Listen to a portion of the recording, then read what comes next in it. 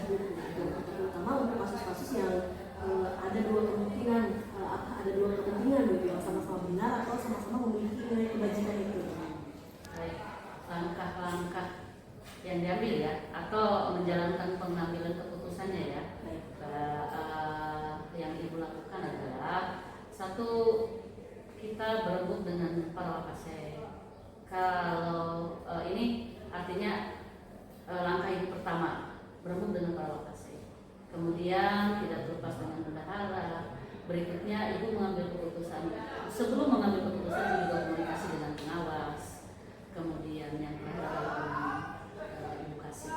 Itu seperti itu yang selalu ibu lakukan. Artinya selalu menjalin komunikasi. Atau kalau ada hal yang memang sangat-sangat rumit, keputusan terakhir atau yang ibu ajak bicara dalam KCD itu Pak. Tapi ibu dalam mengambil keputusan tersebut, apakah ibu memiliki doman yang menjadi pegangan ibu gitu untuk dipakai dalam pengambilan keputusan itu? Ya. Jadi apakah sekolah ibu memiliki peraturan yang tertulis seperti apa? Jelas, artinya pedoman itu diambil dari kalau keputusan itu berkaitan dengan kepegawaian, tentunya kita melihat undang-undang kepegawaian harus bagaimana. Contoh, ada beberapa kasus yang tidak bisa kita semua menutup mata bahwa ada beberapa rekan-rekan guru yang atau tata usaha yang memang pada jam-jam tertentu tidak hadir di sekolah. Nah itu kan kita ambil keputusan berdasarkan aturan yang ada, baru berdasarkan pengalaman-pengalaman yang sudah. Jadi memang kita memiliki pedoman gitu Ya. Selanjutnya tadi bilang, prosedur apa sih yang biasanya selama ini ibu lakukan gitu? Prosedur yang pertama dilakukan, contoh kalau memang menemukan kasus pegawai yang mangkir ya, yang pertama dipanggil, diajak bicara. Kalau memang peringatan itu sudah tidak diindahkan lagi, kami atau ibu sendiri melayangkan surat ke pihak KCD untuk diberikan pembinaan oleh pihak KCD. Nah setelah itu baru ke BKD kalau memang tetap mangkir, itu barangkali. Nah kalau siswa tentunya prosedurnya pertama diawali dari wali kelas, laporan wali kelas, kemudian ke BK, baru ke ibu. Ya.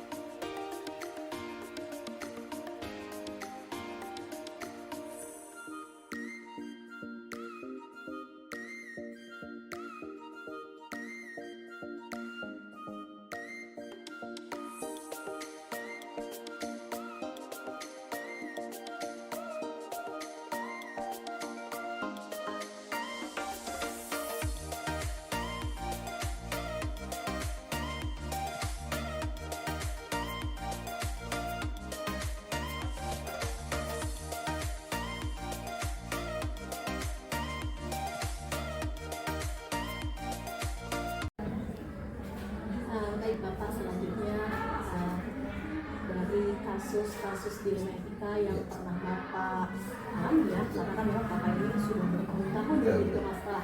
Jadi banyak sekali kasus ya.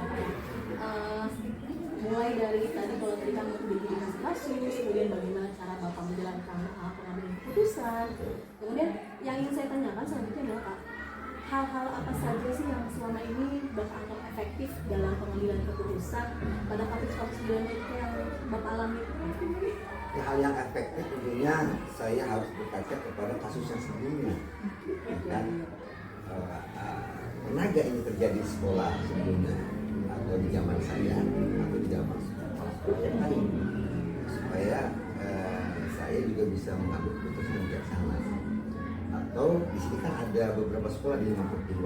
Saya juga akan, karena budayanya hampir sama gitu, saya akan menanyakan juga kalau di sana seperti ini, kita sharing komunikasi supaya nanti pengambil keputusannya itu baik dan komprehensif serta tidak menyakiti lah mengenai kaitan dengan kasus tersebut.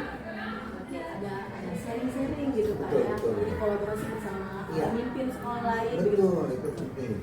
Karena memang kalau kasus yang terjadi pada anak itu ya pasti bukan setiap tahun selalu ada Pak ya, Ada. dan kasusnya pasti berbeda jauh gitu. Beda jauh. Jadi ya Bapak pasti bisa apa namanya yang efektif banyak gitu ya, yang bisa Bapak ambil gitu ya.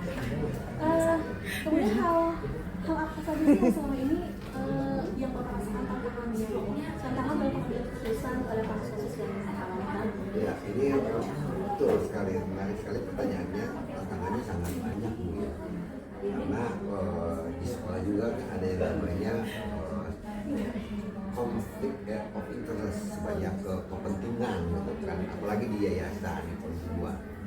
Ya, ada saja mungkin juga dia keluarga misalnya gitu kan, atau dia memang satu daerah bukan dengan saya misalnya gitu kan. Itu hal-hal yang tantangan bagi saya untuk melakukan tindakan yang tegas. Tapi yang pasti saya ingin diajari oleh saya, pimpinan saya sebelumnya. Kalau kaitan apa namanya hal-hal yang berkaitan dengan masalah, itu pokoknya patokan kita adalah tata tertib atau aturan. Jadi harus kita aturan.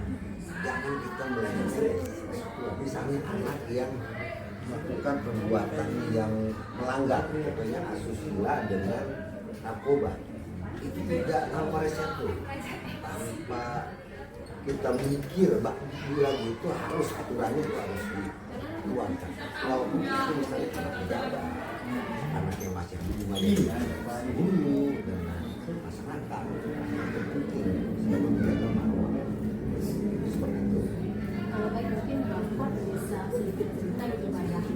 Apa sih Bapak pernah nggak mengalami tantangan terberat gitu, tantangan terberat Bapak dalam mengambil keputusan gitu? Ya, tantangan saya yang terberat adalah ketika saya harus mengirim surat pengunduran diri. Karena kan bertentangan dengan hak nurani juga Pak ya. Jadi dilema itu kan ada di sini. Betul. Di satu sisi kalau dia dilanjutkan itu akan mengganggu efektivitas, efisiensi, kondusivitas di internal. Kalau kita lanjutkan dia masih ya kan. Kalau misalnya kita satu sisi juga kan kalau kita putuskan bahwa dia tidak mengajar di sini, itu kaitan dengan apa namanya keluarga yang lain atau kita teman, pertemanan dan sebagainya. Tapi satu lagi, bahwa kita harus patuh kepada aturan yang sudah kita tetapkan, yang sudah kita membuat komitmen. Kan ada self confidence, ada commitment itu sudah ada di aturan. Jadi kita memang awalnya harus diperbaiki dulu, karena ketika ada hal yang lain kita untuk solusi juga bagus. Kalau saya bisa bilang memang Bapak ini dalam mengambil keputusan ini kembali ke pedoman ya, karena ada teman-teman ini sebagai yang tertua dan itu memang harus kita laksanakan gitu Pak ya. Entah itu meskipun kita mengalami dilema hak sebenarnya, tapi tetap yang tadi saya dengar Bapak memang kembali kepada pedoman itu. Iya, hal itu yang terberat itu ya. Walaupun tidak ada kan namanya ada kebijakan. Kebijakan kan aturan yang tidak ada dalam buku. Kebijakan yang penting tidak punya aturan. Pertama juga ya, tidak ada kebijakan tapi juga tidak punya aturan.